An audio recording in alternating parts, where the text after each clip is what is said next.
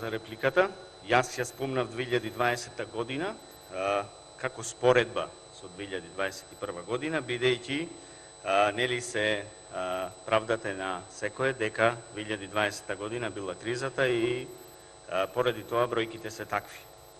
Но од овие бројки сега што ги видовме со ребалансот, гледаме дека ниту бројките во 2021 не се подобри.